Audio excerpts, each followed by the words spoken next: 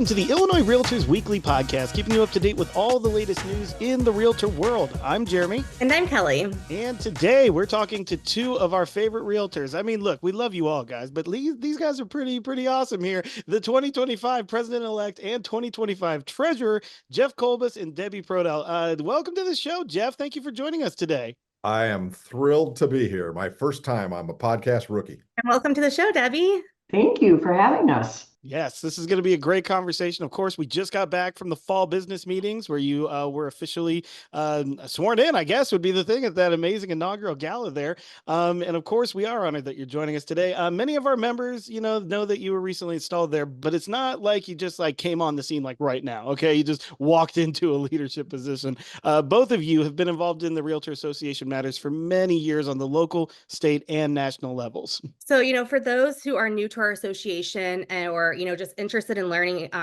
more about Illinois Realtors and our leaders, let's help them get to know you guys better. So, Jeff, why don't you kick off the conversation and, tell our listeners a little bit about yourself. When we go all the way back to day one? Absolutely, yes. Kidding. So my real estate journey kind of started with my marriage.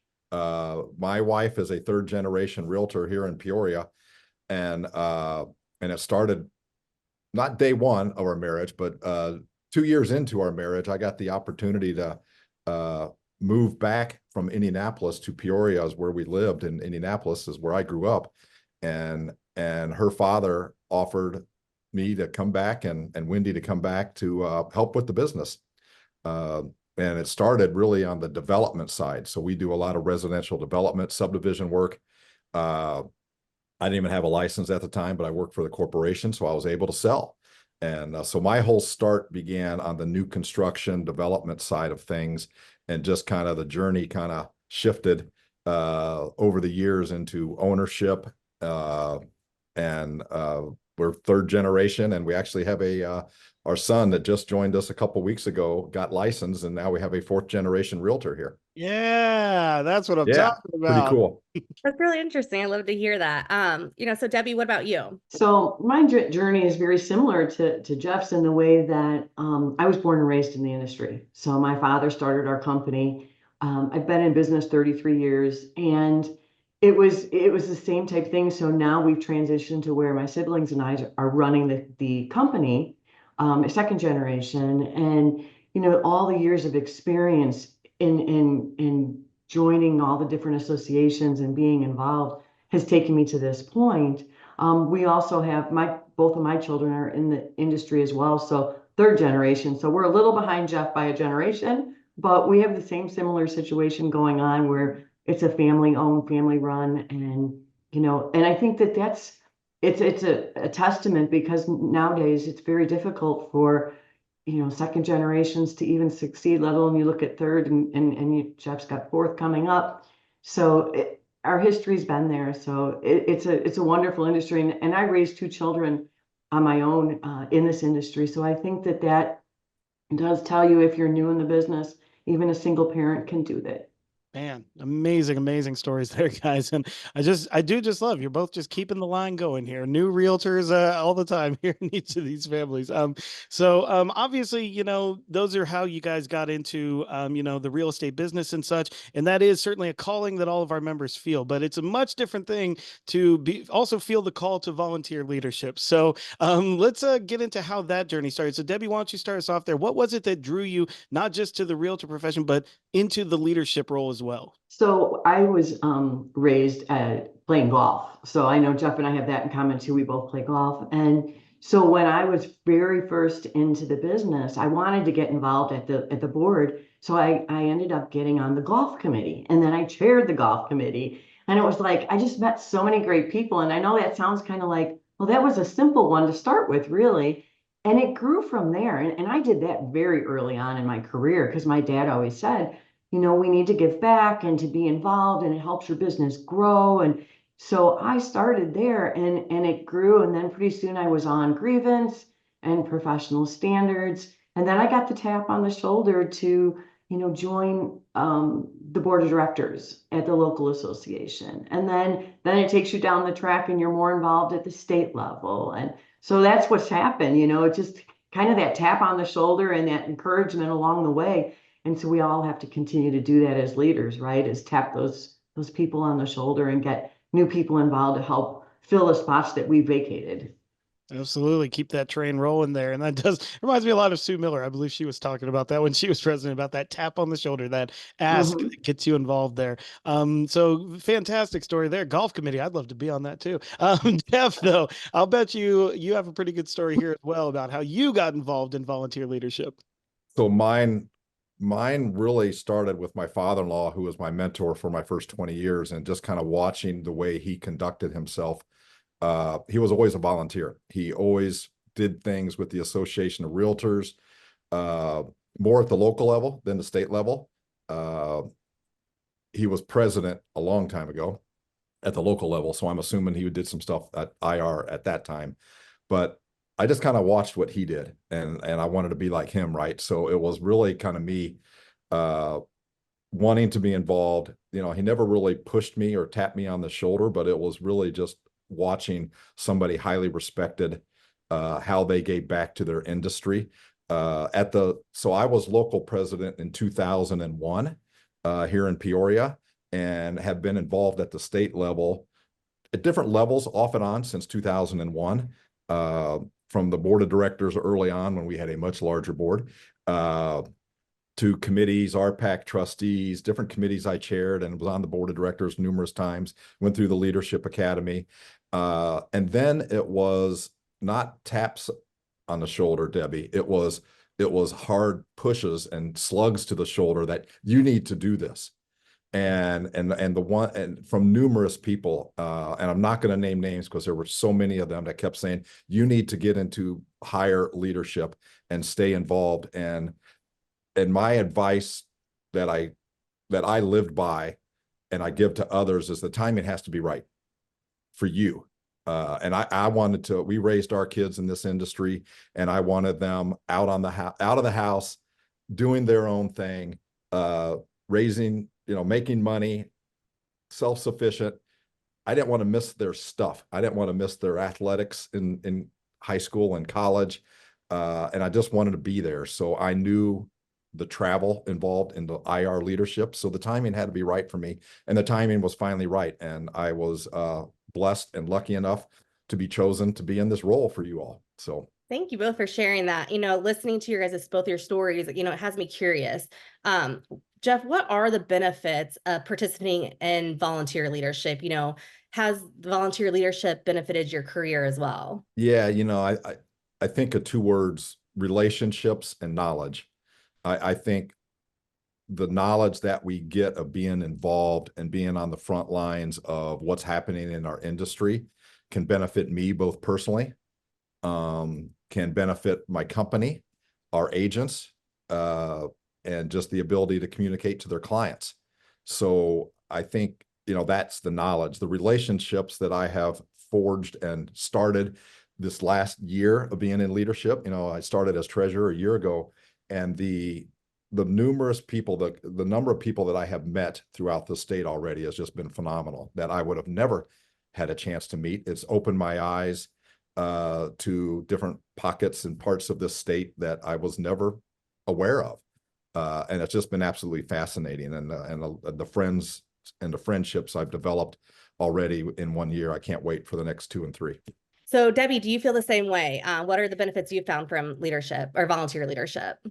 I think that I agree with Jeff totally. The relationships that I've made over the years, as well as being involved with so many different levels, like Jeff as well. I was board president in 2015.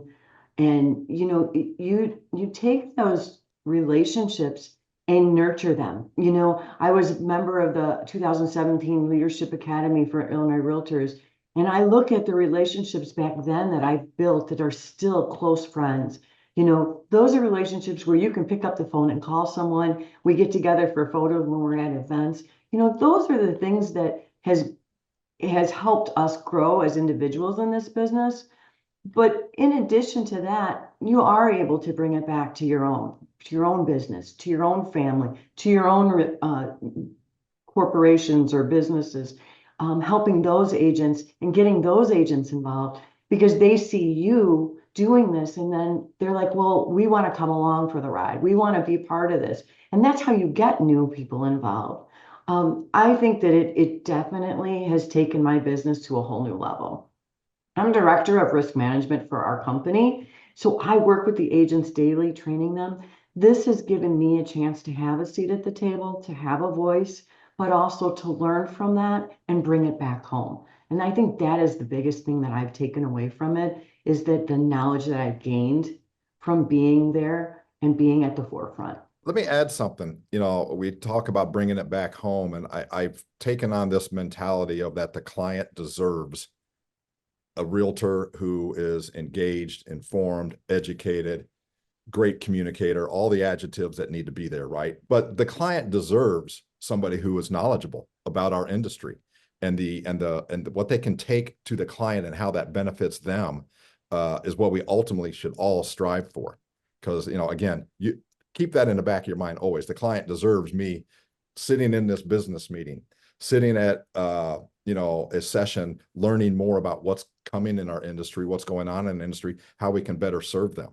And I think the volunteerism, you are at the forefront of everything that's changing in our industry. Yeah, that is a wonderful way to think about that in terms of like bringing it always back to the client there, Jeff, and always back to, you know, they deserve the very best from us.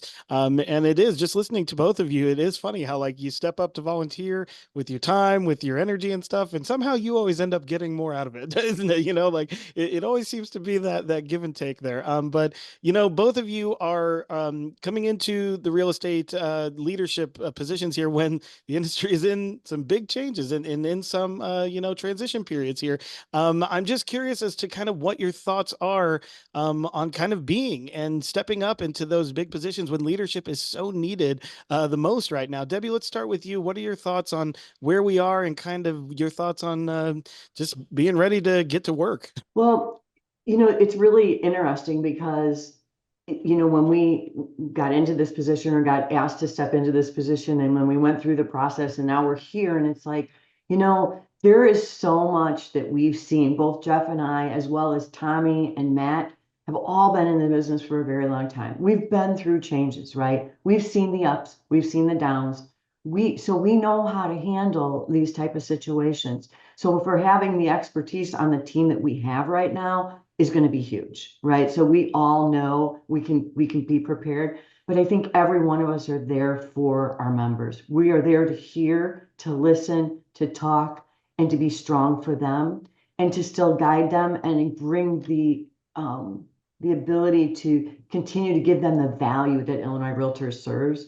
I think each one of us have the ability to spread that word throughout the state and throughout the nation. You know, I think you think of us all being involved not only at the state and the local level, but the national level. And that's huge, you know, to know what's happening and to be able to bring that back home and make sure that our members hear from us what's going on. They don't have to worry, they don't have to wonder, they know they're going to get it from us.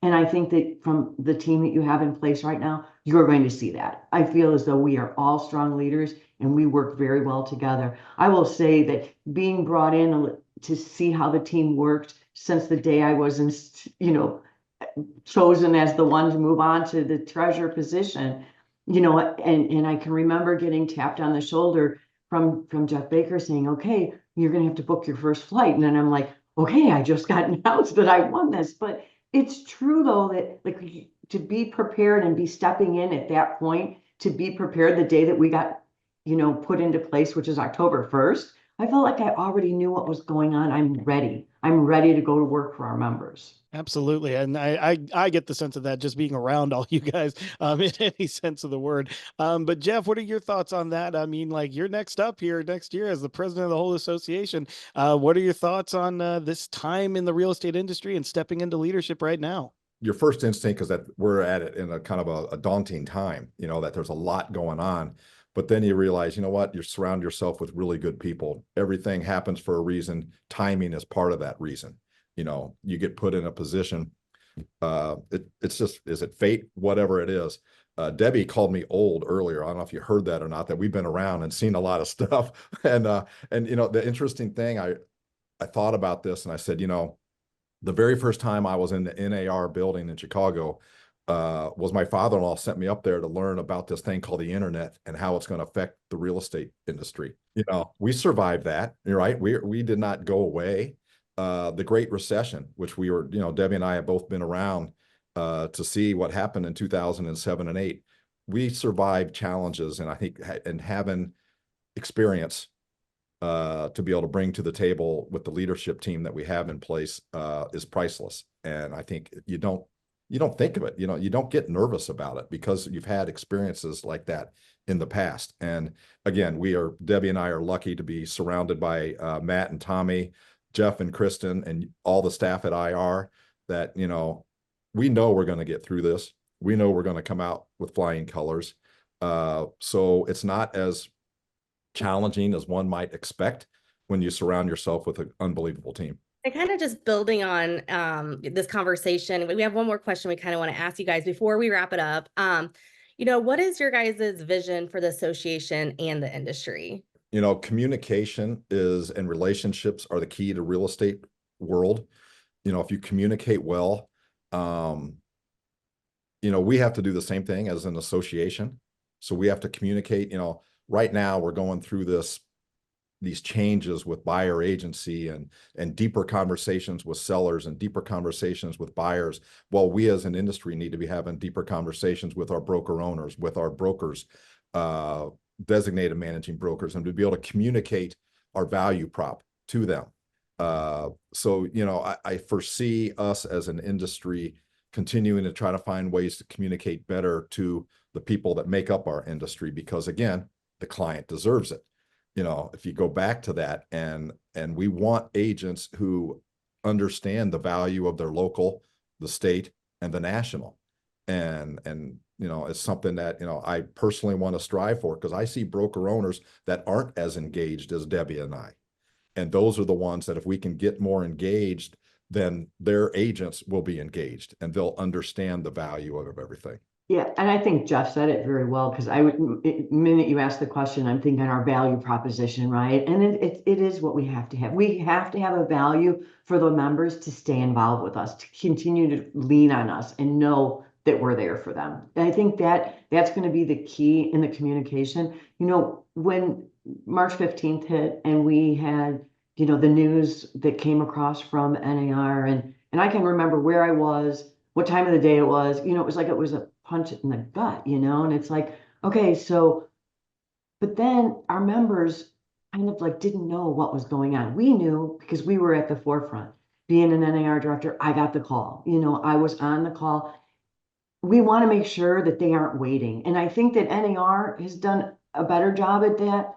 Illinois Realtors has always done a great job, but they have to have the information to pass it along. So I think, like Jeff said, we have to be able to get that information to the members so they're not on the next thing that happens, right? Not just now we've got this in place and everything is rolling, but the next thing that, you know, ball that drops, you know, there's always going to be something. We want them to know about it. We want them to be able to turn to us and know that we're there for them and we've got their back. Absolutely. And I echo those in terms of like, that is from the leadership team, that is from the, you know, all the board members, from the staff at IR. We are, you know, up in our game, so to speak, and trying to make sure that you have all the information that you have exactly when you need it, exactly where you need it. And that is our promise as a staff from Illinois Realtors, but also I know the promise of the leadership team as well, and that we are always going to be there for them.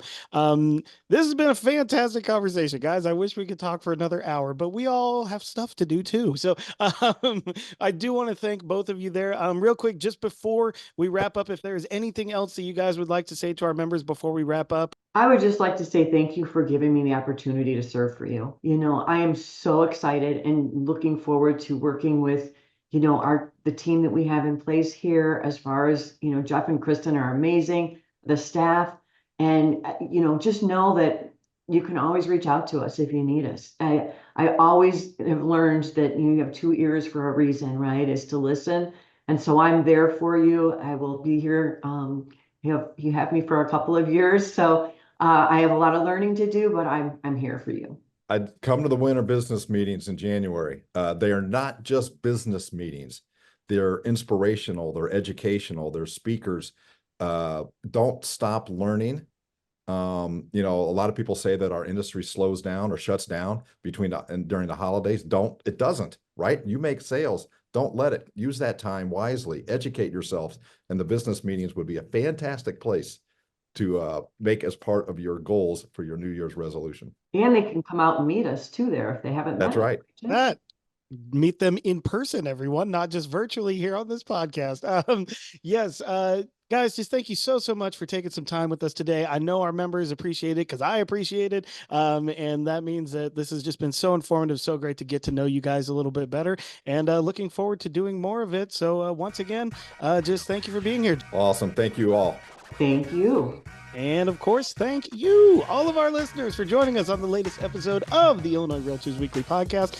We hope you'll come back and visit us soon. Listeners, as always, thank you, and give us a rating and a review on your podcast app of choice. And if you want any more content, simply search for Illinois Realtors on your favorite social media. We'll see you next week.